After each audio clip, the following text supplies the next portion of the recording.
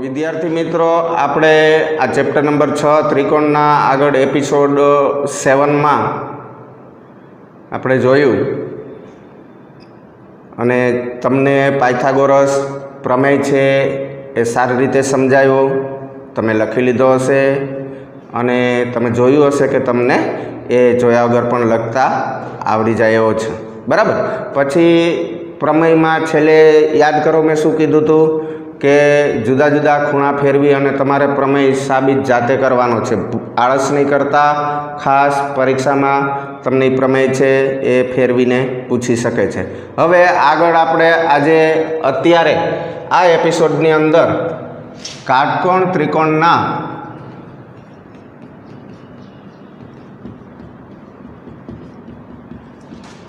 गुणधर्मों नी चर्चा करशु। खास काटकोण त्रिकोण विषे जे कहीं आपने माहिती है बधी मेळवीए तो नंबर 1 काटकोण त्रिकोण में कर्णनु माप सौथी मोटू होय छे, एटले खास याद राखजो। काटकोण त्रिकोण में सौथी मोटी बाजू कोण होय? कर्ण, अने सौथी मोटू माप होय एने शुं कहेवाय? टूंकमां कर्ण। बाकीनी बाजू एना करता नाना मापनी होय छे। नंबर 2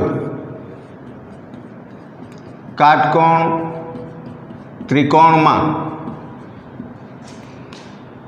कर्ण पर दोरेली मध्यगा नु माप कर्णना माप करता अर्धु होय छे। जो काटकोण त्रिकोण विषे अत्यारे तमने जे कहीं हूँ गुणधर्मों अगत्यनी बाबतनी चर्चा करूँ, खास अने खास परीक्षानी अंदर आपने खूब ज उपयोगी होय छे। कारण के दाखला में रकम आपी होय त्यारे घणी वखत आपने कर्णनु माप आप्युं होय अने मध्यगानु माप मेळववानुं कीधुं होय, त्रिकोण काटकोण कीधेलुं होय तो आपणे नियमनी खबर होवी जोईए। कर्णनु माप होय एना करता मध्यगानु माप अर्धुं ज होय छे। पण कोना माटे छे आ? काटकोण त्रिकोण माटे। जुओ अहीं एक त्रिकोण दोरुं छुं।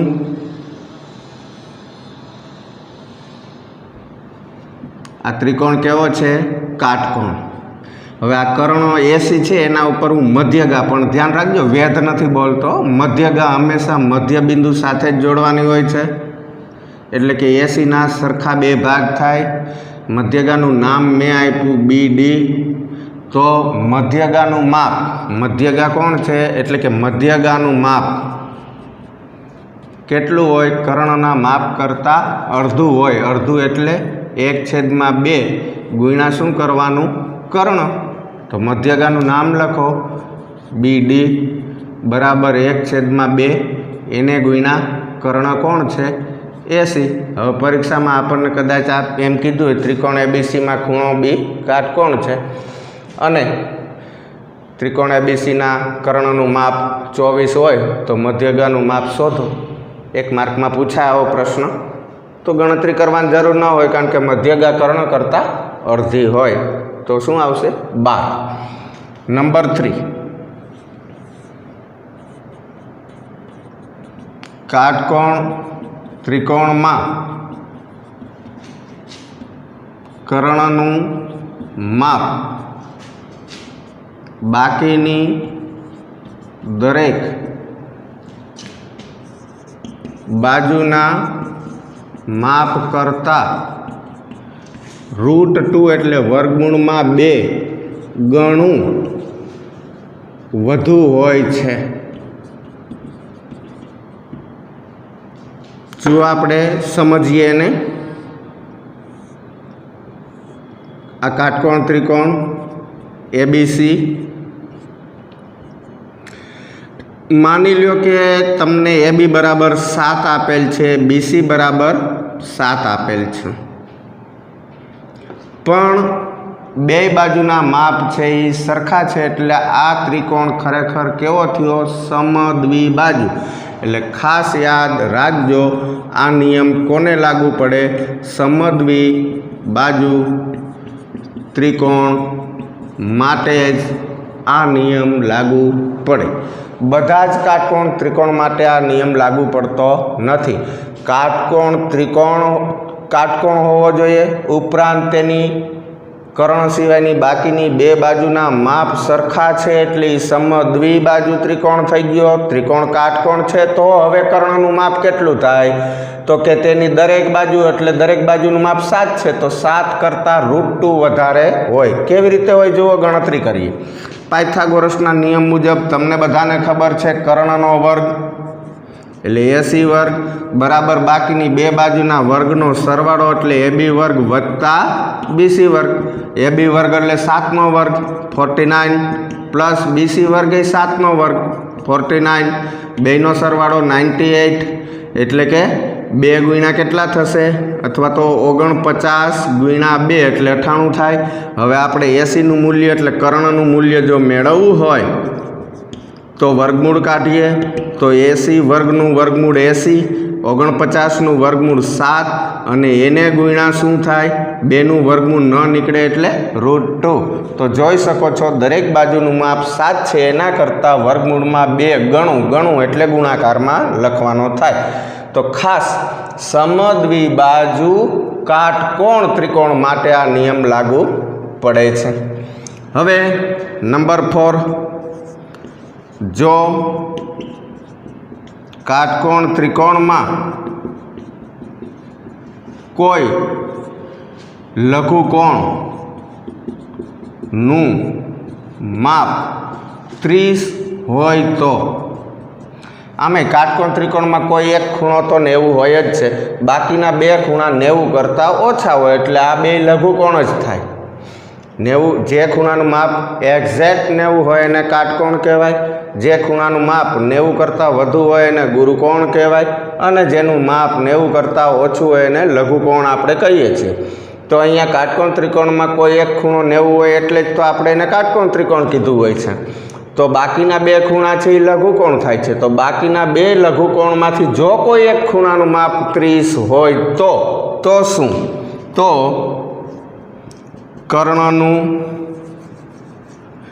તે 30 અંશના ખૂણાની સામેની બાજુનું માપ કર્ણના માપ કરતાં અડધું હોય છે. ખૂબ જ અગત્યનો રૂલ છે આ કાટકોણ ત્રિકોણ માટે. ઘણી વખત આપણને દાખલા ગણવામાં આની જરૂર પડશે. જુઓ અહીંયા દાખલા તરીકે આ કાટકોણ ત્રિકોણ ABC બરાબર, આ કાટકોણ માની લો કે આ ખૂણાનું માપ 30 છે અને તમને કર્ણનું માપ 12 આપેલ છે અને એમ કે ABનું માપ શોધો. તો સીધું જ છે કે આ ખૂણાનું માપ 30 છે, C. ખૂણા Cની સામેની બાજુ કોણ છે? AB. તો નિયમ પ્રમાણે 30 અંશના ખૂણાની સામેની બાજુનું માપ એટલે કે ABનું માપ કોના કરતાં અડધું થશે? કર્ણના માપ કરતાં અડધું. તો કર્ણ કેટલો છે? 12 એટલે ABનું માપ કેટલું થશે? 6. તો આપણે અહીં લખી શકીએ AB આકૃતિ પરથી 1/2 ગુણ્યા AC બરાબર 1/2 ગુણ્યા 12 બરાબર 6. ખાસ યાદ રાખજો. બીજું, મેં અહીંયા કાટકોણ ત્રિકોણ માટે પાયથાગોરસની કેટલીક ત્રિપુટીઓ પણ લખી છે. આ ત્રિપુટીઓ તમારે યાદ રાખવાની છે. યાદ એટલા માટે રાખવાની છે કે આપણે જ્યારે દાખલાઓ ગણતા હોઈએ ત્યારે માની લો કે કોઈ કાટકોણ ત્રિકોણની અંદર આપણને આવું બે બાજુનું માપ 13 અને 84 આપેલું છે. ચાલો 3 અને 4 ને 5 ને એ તો નાના ફિગર છે એટલે આપણે એને પાયથાગોરસના નિયમથી સૂત્ર મૂકશું અને આપણને એનું વર્ગમૂળ કાઢતા પણ આવડી જશે. પણ કોઈ આવા મોટા આંકડાઓ આવે તો તો આપણને ઘણી વખત એના વર્ગમૂળની ખબર હોય નહીં અને આપણે દાખલામાં અટવાઈ જતા હોઈએ છીએ, અથવા તો વર્ગમૂળ કાઢવામાં આપણો સમય બરબાદ થઈ જાય ને આપણે પેપરમાં બાકીના દાખલા ગણવાના બાકી રહી જાય. એવું ન થાય અને તમે પેપર ઝડપથી ભરી શકો એટલા માટે આ કાટકોણ ત્રિકોણ માટે જે પાયથાગોરસની ત્રિપુટીઓ છે એ શક્ય હોય એટલી તમારે યાદ રાખવાનો પ્રયત્ન કરવાનો છે. તો જો બે બાજુનું માપ 3 ને 4 હોય તો ત્રીજી બાજુ 5 થાય. એ તો પાયથાગોરસના નિયમ પ્રમાણે 3નો વર્ગ 9 વત્તા 4નો વર્ગ 16, 16 ને 9 25, 25નું વર્ગમૂળ 5. એટલે એ તો પાયથાગોરસના નિયમ મુજબ જ હોય છે. એટલે આ ત્રિપુટીઓ તમારે યાદ રાખવા માટે મેં અહીંયા બોર્ડ ઉપર લખી છે, તો એ પણ તમે તમારી બુકની અંદર લખજો. ત્યાર પછી કાટકોણ ત્રિકોણની મેં વાત કર્યા પછી હવે જનરલી હું ત્રિકોણની જો વાત કરું તો કોઈ પણ ત્રિકોણ માટે ખાસ યાદ રાખજો, ત્રિકોણ માટે ગમે તે ત્રિકોણ હોય એક ગણિતના નિયમ મુજબ પછી ત્રિકોણ લઘુકોણ છે, ગુરુકોણ છે કે કાટકોણ એ જોવાની જરૂર નથી, પણ ખૂણા એ ની સામેની બાજુ અત્યારે તમે શું બોલો છો BC, અને આપણને ખ્યાલ છે કે BCનું માપ, તો BCનું માપ જો સંકેતમાં લખવું હોય તો તમારે BCનું માપ સંકેતમાં કેવી રીતે લખશો? Small a. ખૂણા એની સામેની બાજુ હોય એને સ્મોલ a કહેવાનું. ખૂણા બીની સામેની બાજુ હોય એના માપને તમારે શું કહેવાનું છે? B. અને ખૂણા Cની સામેની બાજુ હોય એને તમારે એના માપને શું કહેવાનું છે? Small c. આ ખાસ યાદ રાખજો. બસ તમને ખાલી બતાવવા માટે જ લખવાનું તો બધું છે જ, પણ ભૂલતા નહીં. ફરીથી કહી દઉં, ખૂણા એની સામેની બાજુના માપને એ કહેવાય છે. આ એનો મતલબ થાય BC રેખાખંડનું માપ. બીનો મતલબ થાય છે AC રેખાખંડનું માપ. તો હવે ખૂબ અગત્યના બીજા 3 મુદ્દાઓ તમને કહું છું કે જો AC વર્ગ બરાબર AB વર્ગ વત્તા BC વર્ગ, એટલે કે કોઈ પણ એક બાજુનો વર્ગ બાકીની બે બાજુના વર્ગના સરવાળા બરાબર હોય તો ત્રિકોણ કેવો હોય? તો ત્રિકોણ ABC કાટકોણ થાય. એ તો આપણે પાયથાગોરસનો પ્રમેય છે એ સાબિત કર્યો, તમને ખ્યાલ હશે. હવે એક બીજું ખાસ અગત્યની વાત તમને કહી દઉં છું કે તમને આ રીતે લખેલું હોય તો કયો ખૂણો કાટકોણ એટલે કે 90નો છે ખબર પડતી હોવી જોઈએ. કર્ણકોણ છે AC, AC તો સ્વાભાવિક છે એની સામે ખૂણો કયો હોય? B. એટલે આ જે ત્રિકોણ મેં લખ્યું છે એમાં કયો ખૂણો થશે? 90નો B ખૂણો. આ મેં જનરલી આઈડિયા આપી દઉં કે જે બે બાજુનો સરવાળો હોય એમાં કોમન બિંદુ હોય ને, કોમન બિંદુ એ જ કાટકોણ હોય. એટલે આ જે લખ્યું છે એમાં ખૂણો B કેટલાનો થશે? 90. બીજી એક અગત્યની વાત કે જો AC નો વર્ગ ઇઝ ગ્રેટર ધેન AB નો વર્ગ પ્લસ BC નો વર્ગ તો ત્રિકોણ ABC, જોજો, કોઈ એક બાજુનો વર્ગ બાકીની બે બાજુના વર્ગના સરવાળા કરતાં પણ વધુ છે તો તે ત્રિકોણ ગુરુકોણ ત્રિકોણ થશે. કેવો ત્રિકોણ થશે? ગુરુકોણ. અને સ્વાભાવિક છે કે આમાં B ખૂણો 90 કરતાં મોટો થશે, એટલે કે ખૂણો B ઇઝ ગ્રેટર ધેન 90. અને છેલ્લો રૂલ એનો કે જો AC નો વર્ગ ઇઝ લેસ ધેન AB નો વર્ગ પ્લસ BC નો વર્ગ તો ત્રિકોણ ABC લઘુકોણ થાય. એટલે કોઈ એક બાજુનો વર્ગ બાકીની બે બાજુના વર્ગના સરવાળા કરતાં પણ નાનો હોય તો તે ત્રિકોણ લઘુકોણ થાય.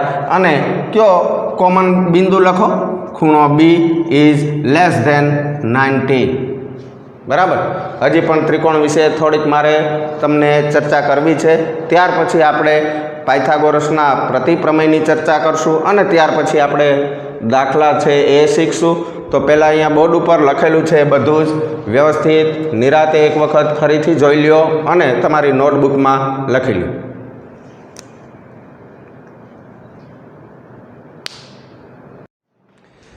સરસ. તો તમે બધું જો લખી લીધું હોય તો હવે ફરી પાછા અહીંયા બોર્ડ તરફ ધ્યાન આપશો બધા. તો થોડાક હું અહીંયા યાદ રાખવા જેવા નિયમો લખું છું. જો કે આપણને એ અગત્યના જ હોય છે, એટલે ખાસ ધ્યાન આપવાનું કે જો ત્રિકોણ એબીસીમાં એડી મધ્યગા હોય તો, જો કે આ નિયમ તમને અગાઉ પણ કહી દીધેલો, ફરીથી આ બધા નિયમો હું કહું છું કે ત્રિકોણ એબીસીમાં એડી મધ્યગા હોય તો શું? તો પહેલાં હું અહીંયા આકૃતિ દોરીને બતાવું છું. આ ત્રિકોણ એબીસી મધ્યગા એટલે સામેના મધ્ય બિંદુને જ જોડવાનું થાય. 90નો ખૂણો થાય કે ન થાય એ જોવાનું આપણે નથી થતું. તો એડી મધ્યગા છે એટલે આ બે ભાગ સરખા બનશે. તો જેના ઉપર મધ્યગા નથી એવી બે બાજુ કઈ છે? એબી અને એસી. એટલે એબીનો વર્ગ પ્લસ એસીનો વર્ગ બરાબર 2. પછી મધ્યગા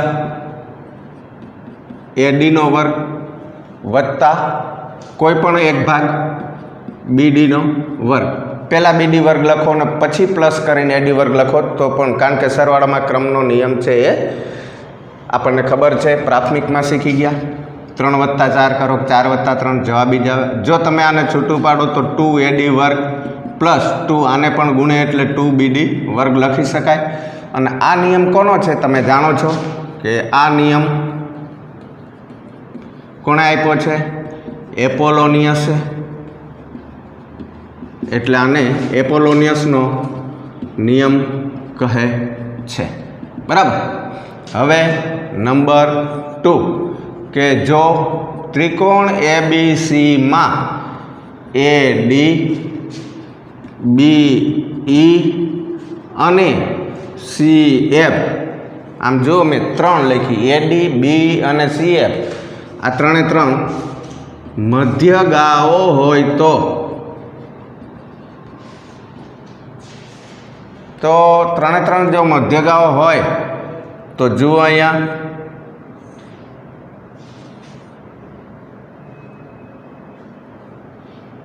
ત્રિકોણ એબીસી,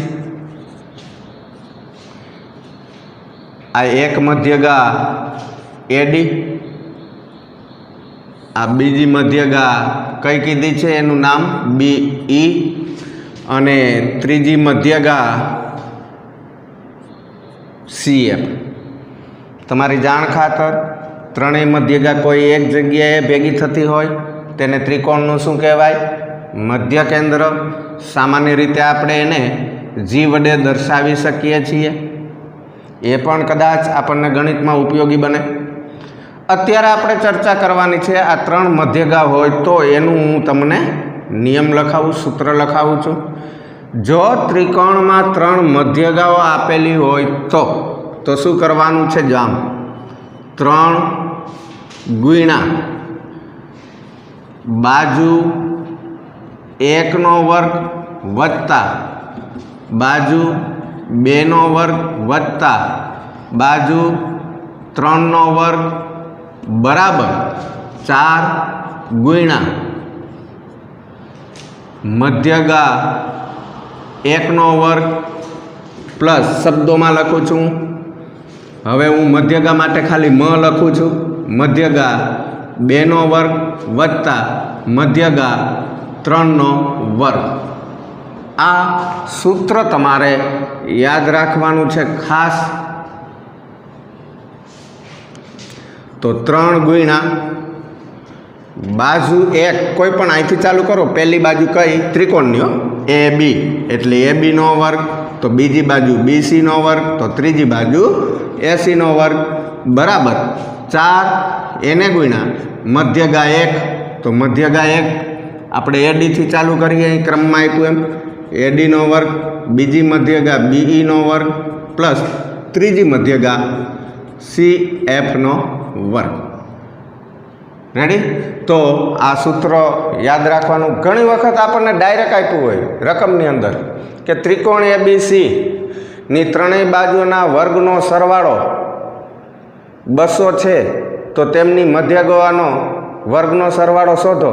તો એ સરવાળો તો ડાયરેક્ટ મૂકી દેવાનો થાય.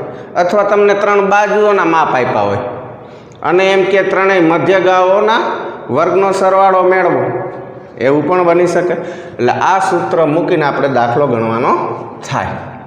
ત્યાર પછી નંબર 3 કે જો ત્રિકોણ ABCમાં ખૂણો B ગુરુકોણ હોય તો, ગુરુકોણ એટલે ખૂણા બીનું મૂલ્ય 90 કરતાં મોટું હોય. તો ખૂણા બીનું મૂલ્ય 90 કરતાં મોટું હોય એવો આપણે એક ત્રિકોણ દોરીએ.